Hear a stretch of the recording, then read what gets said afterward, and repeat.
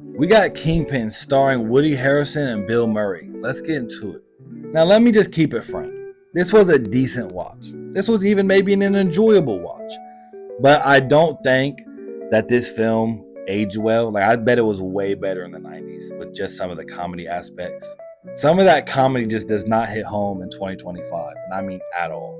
But I gotta tell the truth. I did laugh a few times, so that's saying something. It's the classic underdog story involving bowling and a goofy ass clown dude. That's pretty much sums it up with a teacher and Woody Harrelson.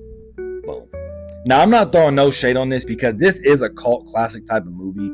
I've always heard of Kingpin like all the time, whether it was just being on TV as a young kid or just hearing it as like one of the better comedies of the 90s. So, I tip my hat off to all classics like that, and all classics don't age well, especially 20, 30 years later.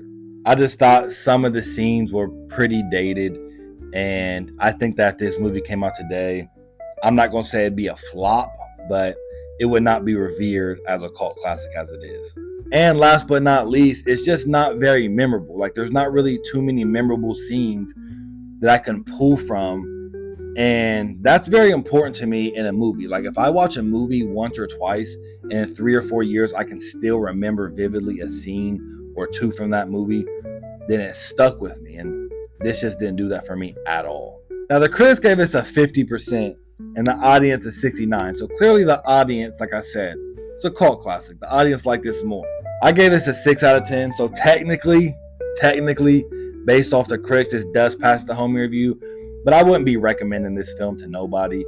Unless you're a comedy lover and you're going back on classic comedies, then maybe, yeah. But just off the strength, nah. And this has no, replay value to me. So take that what you will. And yeah.